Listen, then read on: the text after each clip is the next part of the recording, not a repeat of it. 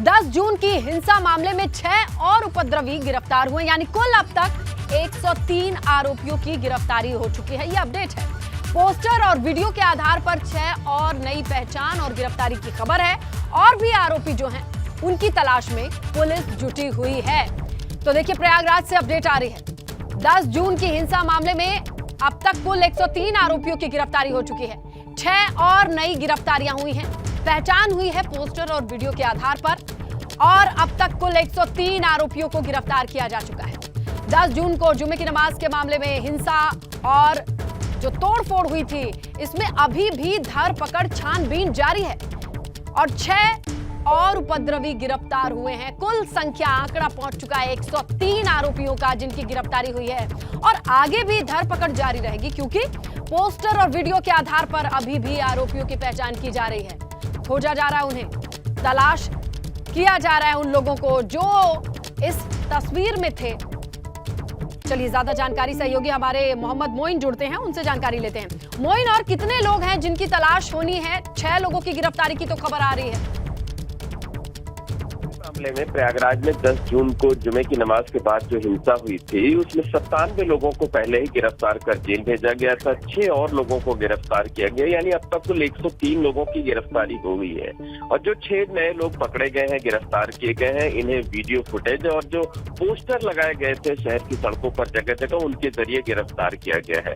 और ये जो 6 लोग गिरफ्तार किए गए हैं, उनमें जो करेली इलाके की अली मस्जिद है, वहाँ का एक कर्मचारी भी है। वो उसने पिछले 9 महीने से कसम खा रखी थी कि हमें इस तरीके से उपद्रव करना है। 9 महीने से उसने बाल भी नहीं बढ़ाई थी, दाढ़ी भी नहीं बनाया था। और एसएसपी का कहना है कि उसे खुद उन्होंने मना किया था जिस वक्त प्रदर्शन कर रहा था कि आप चुपचाप वापस जाइए, लेकिन उन्हें ही धमका रहा था कि नहीं, हम वापस नहीं जाएंगे, हम हिंसा करके बदला लेने के बाद ही वापस जाएंगे। इसके साथ साथ जो 97 लोग पहले गिरफ्तार किए गए थे, उनमें जो 10 सबसे शातिर लोग थे, जो मास्टरमाइंड जावेद मोहम्मद और जावेद पंथा, इसके साथ बाकी अन्य लोग थे, तो 10 लोगों को दूसरी जेलों में शिफ्ट कर दिया गया है क्योंकि उनके तमाम मिलने वाले लोग लोकल होने की वजह से जेल में पहुंच रहे थे, जिससे कानून व्यवस्था के लिए खतरा पैदा हो रहा था, अफरा तफरी पैदा हो रही थी। तो मोइन, ये बहुत बड़ी जानकारी आपने दी है कि एक शख्स ऐसे पुलिस के गिरफ्त में आया है, हाथ आया है, जो 9 महीने से इस हिंसा की साजिश में था, जिसके सिर पर खून सवार था और उसने तैयारी करके रखी थी कि मुझे अशांति फैलानी है, संगम नगरी की आबो हवा खराब करनी है। अब क्या इससे पूछताछ से और भी इसके सहयोगियों का पता लगेगा, या ऐसे मंसूबे के साथ ये शख्स अकेला था? नहीं, अभी तक जो जानकारी मिली है, एसएसपी अजय कुमार ने जो जानकारी दी है कि इसके ऊपर उन्होंने जो वर्ड लिखा हुआ है, एक जो मीडिया को उन्होंने डिटेल्स भेजी, उसमें साफ तौर पर उन्होंने लिखा हुआ है कि अखलाक नामक इस शख्स के सिर पर शैतान सवार था, इसे कुछ सूझ नहीं रहा था और पिछले 9 महीने से इसी वजह से इसने ना तो दाढ़ी बनवाई थी, ना तो बाल बनवाए थे। हालांकि उन्होंने ये भी दिया है कि पूछताछ के बाद जब गिरफ्तारी की गई और जब दोबारा पूछताछ की गई गिरफ्तारी के बाद, तब इसे अपने किए पर पछतावा हो रहा था, इसे ये दर्द हो रहा था कि इसका परिवार कहाँ जाएगा, क्योंकि किराए के मकान में रहता था, मस्जिद का कर्मचारी था, तो ज्यादा इनकम भी नहीं थी। तो लेकिन इसे गिरफ्तार कर लिया गया है, इसे भी जेल भेजे जाने की तैयारी की जा रही है। और साथ ही साथ जो 97 लोग पहले गिरफ्तार किए गए, तो उनमें 10 लोगों को अलग अलग जेलों में शिफ्ट कर दिया गया, यानी दूसरे जिलों में शिफ्ट कर दिया गया है। तो खासकर जो मास्टरमाइंड जावेद मोहम्मद और जावेद पंपे। बिल्कुल मोइन, संगम नगरी खूबसूरत शहर और इसकी आबो हवा और अमन चैन को खराब करने वालों को बख्शा नहीं जाएगा। शुक्रिया मोइन जानकारी के लिए। आइए कानपुर का जिक्र कर लेते हैं। यहाँ 3 जून की हिंसा मामले के बाद 12 आरोपियों को एसआईटी ने चिन्हित किया है, ये बड़ी खबर आ रही है। और चिन्हित किए गए आरोपियों में कई शातिर अपराधी भी शामिल बताए जा रहे हैं। जिन आरोपियों की एसआईटी ने पहचान की है, उनमें से कई भूमिगत भी हो चुके हैं। एसआईटी ने कुछ आरोपियों को ट्रेस कर लिया है, जल्द ही गिरफ्तारी होगी, ऐसी खबर भी आ सकती है। एसआईटी हयात समेत अन्य आरोपियों की संपत्ति का ब्यौरा भी खंगाल रही है। तो एसआईटी की नजर में, एसआईटी के रडार पर कुछ लोग हैं जिनका रिकॉर्ड अच्छा नहीं है, वो इस वक्त भूमिगत भी हैं, लेकिन अब उनकी प्रॉपर्टी कितनी है ऑन ग्राउंड, उसे खंगाला जा रहा है।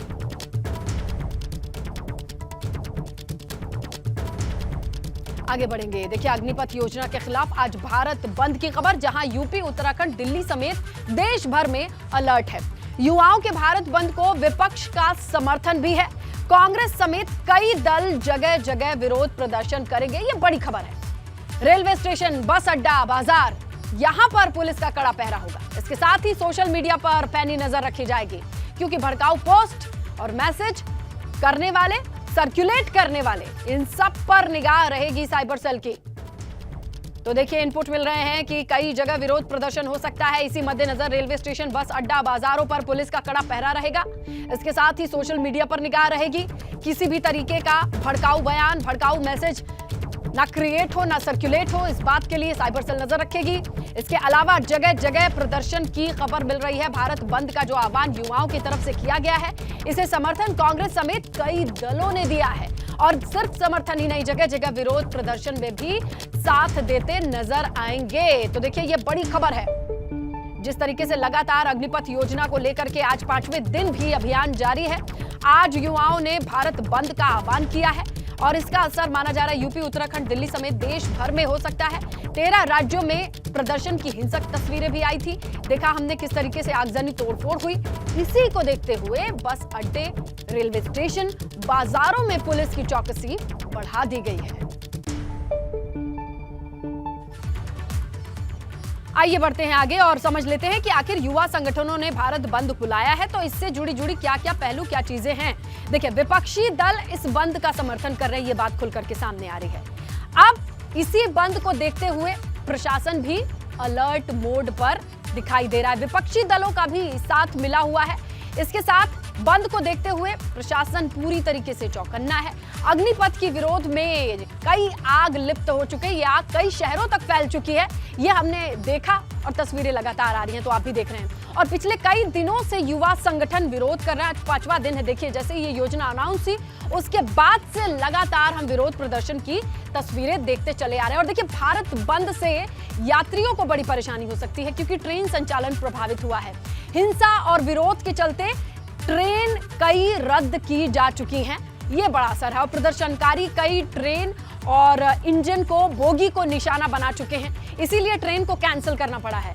और इसी विरोध को लेकर के जो नुकसान सबसे ज्यादा हुआ है वो रेलवे को हुआ है। भारी नुकसान का आकलन अभी तक किया जा रहा है। यूपी में अब तक 387 प्रदर्शनकारी गिरफ्तार हो चुके हैं। ये भी हम आपको बताएं, आंकड़ा बढ़ते जा रहा है, क्योंकि लगातार धरपकड़ और पहचान की जा रही है। लेकिन जो अभी अपडेट है वो है नंबर 387 का, जब इतने प्रदर्शनकारियों को गिरफ्तार कर लिया गया है। वहीं याद कीजिए कि कल की प्रेस कॉन्फ्रेंस में यह भी कहा गया था कि जिन पर एफआईआर होगी वो अग्निवीर नहीं बन पाएंगे। चलिए आगे बढ़ें। आगरा से खबर है। अग्निपथ के विरोध में युवक को भड़काने की साजिश का खुलासा हुआ है। जयपुर के एक युवक ने व्हाट्सएप पर ग्रुप बनाकर कई युवकों को जोड़ा था और आगरा के मलपुरा में पकड़े गए युवक के मोबाइल से यह खुलासा हुआ है। इनकलाब जिंदाबाद नाम से एक ग्रुप बना था। ग्रुप से रेल, बस में आगजनी, तोड़फोड़ के लिए युवाओं को भड़काने के कंटेंट मिले हैं। मलपुरा में पथराव मामले में भेजे गए एक युवक के मोबाइल से यह खुलासा हुआ है। तो देखिए, भड़काऊ मंसूबे थे, ऐसे मैसेजेस थे जहां पर इस ग्रुप से रेल और बसों में आगजनी के लिए प्लान तैयार किया जाता था, मैसेज सर्कुलेट किया जाता था। ऐसे ही शख्स के मोबाइल से यह कंटेंट मिला है। एक ग्रुप इनकलाब जिंदाबाद के नाम से बनाया गया था। युवक जयपुर का बताया जा रहा है। उसके मोबाइल फोन पर एक व्हाट्सएप ग्रुप है। इस व्हाट्सएप ग्रुप में कई युवा जुड़े हैं और इसी ग्रुप में यह मैसेज बनाया जाता है कि भेजा जाता है कि कैसे तोड़फोड़ करनी है, कैसे आगजनी करनी है। शहर शहर क्या स्थिति है, प्रशासन कितना चौकन्ना है, ये समझने के लिए हम रुक करेंगे हमारे तमाम सहयोगियों का, जो ग्राउंड की रिपोर्ट सीधे आप तक पहुंचाएंगे। अविनाश तिवारी है, दिल्ली से जुड़े हैं। अनुभव शुक्ला हैं, जो हमारे साथ कैसरबाग बस अड्डा से जुड़े हैं। नितिन उपाध्याय हैं, जो एमजी रोड आगरा से जुड़े हैं। और आगरा का ही रुक करेंगे, क्योंकि आगरा से ये खबर आ रही है जहां पर एक जयपुर का युवक मिला है, नितिन, जो कि बताया जा रहा है कि ऐसे भड़काऊ मैसेजेस प्लानिंग और प्लॉटिंग में इन्वॉल्व है।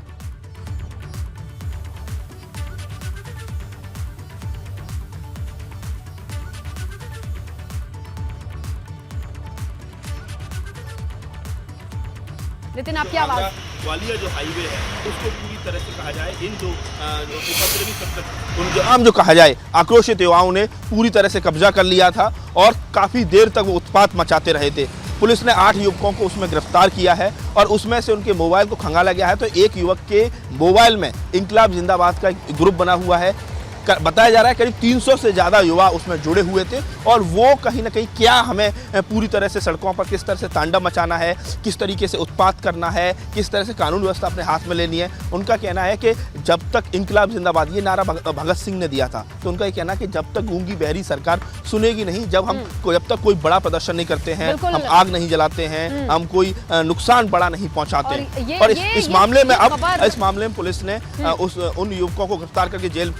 अब टेंशन ये है प्रशासन के लिए नितिन कि आगे कौन कौन ऐसे ग्रुप बना करके सर्कुलेट करने वाले लोग मौजूद हैं। रवि कैतुरा का रुख करेंगे क्योंकि भले ही जनसंख्या के आधार से छोटा राज्य हो उत्तराखंड, लेकिन वीर भूमि कही जाती है और यहाँ पर सीएम लगातार एक्टिव दिखाई दे रहे हैं, कम्युनिकेट कर रहे हैं, एक्स आर्मी मैन से आज बात करने वाले हैं। रवि, किस तरीके का माहौल है?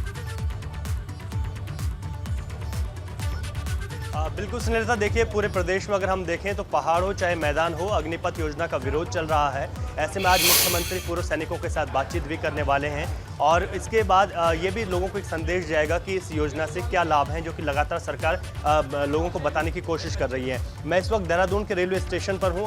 रेलवे स्टेशन पर देखेंगे तो सुबह से जो पुलिस की जो मौजूदगी है वो बढ़ा दी गई है और पुलिस की मौजूदगी इसी वजह से बढ़ाई है जिस तरीके से संभावित भारत बंद के आज युवाओं के आह्वान की बात की गई है। तो किसी भी तरीके की जो भी संवेदनशील जो जगह है, चाहे रेलवे स्टेशन हो, बस अड्डे हो या फिर अन्य जगह हो, वहाँ पर पुलिस की चौकसी आज बढ़ा दी गई है और फोर्स को बढ़ाया गया है। और देहरादून की अगर बात करें तो इसको कई सेक्टर्स और जोन में बांटा भी गया है, जिसकी वजह यही है क्योंकि आज भी ये अनुमान है कि यहाँ पर तमाम जो बेरोजगार संगठन हैं, जो विरोधी दल हैं, वो यहाँ पर आज एक बड़ा प्रदर्शन कर सकते हैं। और ये प्रदर्शन किस तरीके से ट्रेन का संचालन कितना प्रभावित हुआ है देहरादून में? जगहों पर पुलिस की ज्यादा तैनाती आज की गई है। बिल्कुल सुनीता, देखिए पिछले 2 दिनों की बात करें तो उपासना एक्सप्रेस रद्द की गई थी, जो नहीं चली है। आज भी अभी तक की जो हमने जानकारी जुटाई है उसमें यही है कि आज भी इस जो ट्रेन है उसको रद्द रखा जाएगा क्योंकि देहरादून से ये हावड़ा जाती है और हावड़ा से देहरादून आने वाली भी जो उपासना एक्सप्रेस। बिल्कुल रवि, देखिए आप जब प्लेटफॉर्म की तस्वीरें दिखा रहे हैं तो मुझे पैसेंजर से ज्यादा सुरक्षा कर्मी दिखाई दे रहे हैं। ये स्थिति है, इससे अंदाजा लगाया जा सकता है। चलिए अब कैसरबाग का रुख करेंगे। हमारे सहयोगी अनुभव शुक्ला वहां पर हैं क्योंकि बसों में भी बहुत तोड़फोड़ की गई थी। अनुभव, कैसरबाग बड़ा अड्डा है, पूरे प्रदेश के लिए बसें यहीं से दौड़ती हैं, शुरू होती हैं। किस तरीके का माहौल है, क्या जानकारी है? देखिए, आज ये जो अग्निपथ योजना सरकार ने लॉन्च की उसको लेके विरोध तो चल रहा है, पर युवाओं ने, छात्रों ने भारत बंद का ऐलान किया। अब उनके अलग अलग गुट होंगे, इसलिए उन्होंने सब जगहों पर लोगों को जोड़ा होगा, पर ऐसा कोई बहुत बड़ा ऐलान नहीं है कि जिसका बहुत यूपी में या हम कहें बहुत ज़्यादा असर देखने को मिल रहा हो, क्योंकि हम कह रहे हैं कि बहुत छोटे छोटे गुट होंगे और वो एक साथ कहीं ना कहीं करेंगे आंदोलन। पर ये ज़रूर है, एहतियातन जैसे रेलवे की बोगियाँ उन्होंने फूंकी तो उसके बाद रेलवे ने एहतियातन कदम उठाया और तकरीबन 2 दर्जन ट्रेनें लखनऊ से जो पैसेंजर ट्रेनें यानी जो हरदोई जाती है, उन्नाव जाती है, सीतापुर जाती है, उनको रोका हुआ है। कुछ बड़े रूट की भी ट्रेनें उनको भी रोक दिया, उनका संचालन बंद है। अब भाई यात्री को तो जाना ही है, जिसका काम है उसको तो जाना ही है, तो लोग बस से अब जा रहे हैं। इसीलिए देखिए आप स्टेशन पर हम मौजूद हैं और यहाँ पर भी पैसेंजर्स की भीड़ हमें दिख रही है और बसों में भीड़ दिख रही है। हालांकि सुबह के वक्त ज़्यादा बसों में भीड़ नहीं दिखती है, पर आज हमें यहाँ भीड़ दिख रही है। जो बस पर, यहाँ बस अड्डे पर जो सुरक्षा कर्मी वो भी नज़र आ रहे हैं और जो लोग हैं, कुछ छात्र हमें मिले, हमने उनसे पूछा तो उन्होंने कहा कि हमें तो जाना ही है, लेकिन ऐसी जानकारी थी कि शायद ट्रेनें कैंसिल रहेंगी, इसलिए हम लोग यहाँ पहुँचे हैं। कुछ पैसेंजर भी हैं, उनसे भी जानेंगे। कुछ बस चालकों से बात हुई तो उन्होंने साफ तौर पर कहा कि हमें ये कहा गया कि हम आगे जो बसें जा रही हैं उनसे संपर्क में रहें, अगर ऐसी कोई दिक्कत होती है रास्ते में तो हम फिर अपना रूट बदल लेंगे। आज छात्रों ने भारत बंद का ऐलान भी किया, बहुत सी ट्रेनें भी कैंसिल है, इसलिए बहुत सारे लोग, आप भी बस से ही जा रहे हैं? जी। कहाँ जाना है आपको? हरदोई जाना है। तो जाना, लेकिन आप बस से ही आते हैं? जी, बस से जाना। तो जिस तरीके से ये छात्र हैं, आंदोलन कर रहे हैं, इससे तो आम लोगों को ही दिक्कत हो रही है। अगर इतने बिजी रूट की ट्रेन कैंसिल हैं तो लोगों को जिन्हें जाना है वो जाएंगे, वो बस से जाएंगे, वही रुख अख्तियार करेंगे। लेकिन दिल्ली में सबसे ज्यादा केंद्र बिंदु इस वक्त दिखाई दे रहा है इस पूरे प्रकरण में। देखा जाए, चाहे सरकार की अपनी रणनीति हो, समझाइश की तैयारी हो या फिर विपक्ष की दावेदारी हो। अविनाश का रुख करेंगे और आज किस तरीके का दिन रहने वाला है, बंद को लेकर के क्या चीजें रहने वाली है, अविनाश समझाएंगे हमें। कि देखिए स्नेहलता, अगर बात करें जिस तरीके से ये अग्निपथ योजना आई है उसके बाद से जिस तरीके से पूरे देश भर में संग्राम छिड़ा हुआ है, लेकिन दिल्ली में अभी किसी भी तरीके से कोई प्रदर्शन नहीं देखा गया है। हालांकि विपक्षी जो नेता हैं उनका जंतर मंतर पे जरूर प्रदर्शन चल रहा है, लेकिन युवाओं का किसी भी तरीके से प्रदर्शन दिल्ली में नहीं देखा गया है। चूंकि दिल्ली को हाई अलर्ट पे रखा गया है तो लगातार जो तमाम सारी सिक्योरिटी एजेंसियां हैं वो फ्लैग मार्च कर रही हैं और किसी भी तरीके के प्रदर्शन को परमिशन नहीं है। कल कांग्रेस ने जरूर जंतर मंतर पर सत्याग्रह किया था अग्निपथ योजना को लेकर के, वहीं आज आम आदमी पार्टी भी जंतर मंतर पर सत्याग्रह करेगी, प्रदर्शन करेगी अग्निपथ योजना को लेकर के। तो तमाम सारे विपक्षी दल भले समर्थन दे रहे हो, लेकिन दिल्ली में किसी भी तरीके से युवाओं का प्रदर्शन ना तो करने दिया जा रहा है दिल्ली पुलिस की तरफ से, ना ही किसी तरीके से परमिशन है। लगातार सुरक्षा व्यवस्था जो है दिल्ली के अंदर वो चौकस रखी गई है कि किसी भी तरीके से कोई भी लोग स्टेशन के आसपास ना पहुंचने पाए और कोई प्रदर्शन ना करने पाए। रोज सुबह अगर बात करें तो दिल्ली के जितने भी बड़े स्टेशन है वहां पे लगातार फ्लैग मार्च करती है, आरपीएफ हो या फिर दिल्ली पुलिस हो, तमाम सारी सुरक्षा व्यवस्था जो है उसका जायजा लिया जा रहा है। लेकिन केंद्र सरकार भी लगातार चाह रही है कि देश भर में जो संग्राम छिड़ा हुआ है इसको कैसे शांत किया जाए। खुद रक्षा मंत्री बीते 2 दिनों में उन्होंने तमाम सारे सेना प्रमुखों से बातचीत की, आर्मी के अधिकारियों से बातचीत की, सेना के अधिकारियों से बातचीत की और एक कोशिश की कि जो बेहतर किया जा सकता है इस अग्निपथ योजना में वो बेहतर किया जाए। और यही कारण है कि 2 दिन की बैठक के बाद कल खुद तमाम सारे सेना प्रमुखों ने भी प्रेस कॉन्फ्रेंस की और बताया कि किस तरीके से ये योजना बेहतर है। तो केंद्र सरकार अपनी ओर से तमाम सारे जो प्रयास है वो कर चुकी है, अब लगातार वो समझाने का भी प्रयास कर रही है। और इसी बीच अगर बात करें तो वायुसेना ने भी अग्निपथ योजना को लेकर के भर्ती प्रक्रिया को जारी कर दिया है, नोटिफिकेशन जारी कर दिया है। 24 जून से तमाम सारे जो युवा हैं वो अग्निपथ योजना के तहत अप्लाई कर सकते हैं और उसमें भर्ती हो सकते हैं, शामिल हो सकते हैं। जो तमाम सारी खूबियां हैं इसकी उसको भी बताया गया है, जो एलिजिबिलिटी क्राइटेरिया है उसको भी बताया गया है। तो वायुसेना ने अपनी ओर से भर्ती प्रक्रिया शुरू कर दी है। केंद्र सरकार भी चाहती है कि जल्द से जल्द इस पर भर्ती प्रक्रिया शुरू हो, जिससे कि और भी ज़्यादा चीज़ें साफ हो। और जो लोग प्रदर्शन करें उनसे लगातार अपील जरूर की जा रही है, लेकिन फिलहाल ये अपील का कोई असर खासतौर से बिहार में और उत्तर प्रदेश के पूर्वांचल में होता हुआ नहीं दिख रहा है। यही कारण है केंद्र सरकार लगातार अभी भी तमाम सारे लोगों से बातचीत कर रही है। वेरिफिकेशन एक अहम हिस्सा है। अगर एफआईआर दर्ज होती है तो आप एलिजिबल नहीं रह जाएंगे, आप अग्निवीर नहीं बन पाएंगे। गोरखपुर दौरे पर दूसरे दिन दौरे पर हैं सीएम योगी और सीएम योगी हिंदू सेवाश्रम पहुंचे। जनता दर्शन के कार्यक्रम में वो शामिल हो रहे हैं, फरियादियों की समस्याओं को सुन रहे हैं और जनता दरबार के बाद सीएम लखनऊ के लिए रवाना हो जाएंगे। ये खबर आ रही है और तस्वीरें भी आ रही है, देखिए हम आपको दिखा रहे हैं। चलिए सीधा रुक करते हैं हमारे सहयोगी नीरज का, जो गोरखपुर से हमें जानकारी देंगे कि क्या क्या शेड्यूल है सीएम के इस दौरे को आज दूसरे दिन को लेकर के। नीरज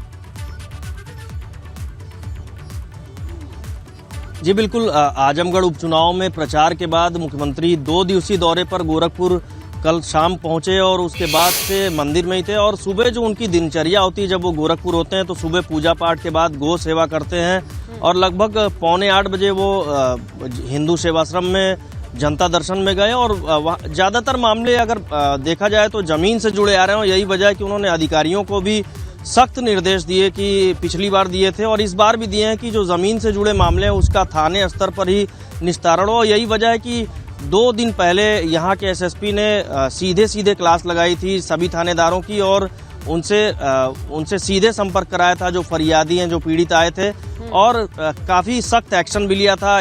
2 जो प्रभारी थे उनको सस्पेंड भी किया था। और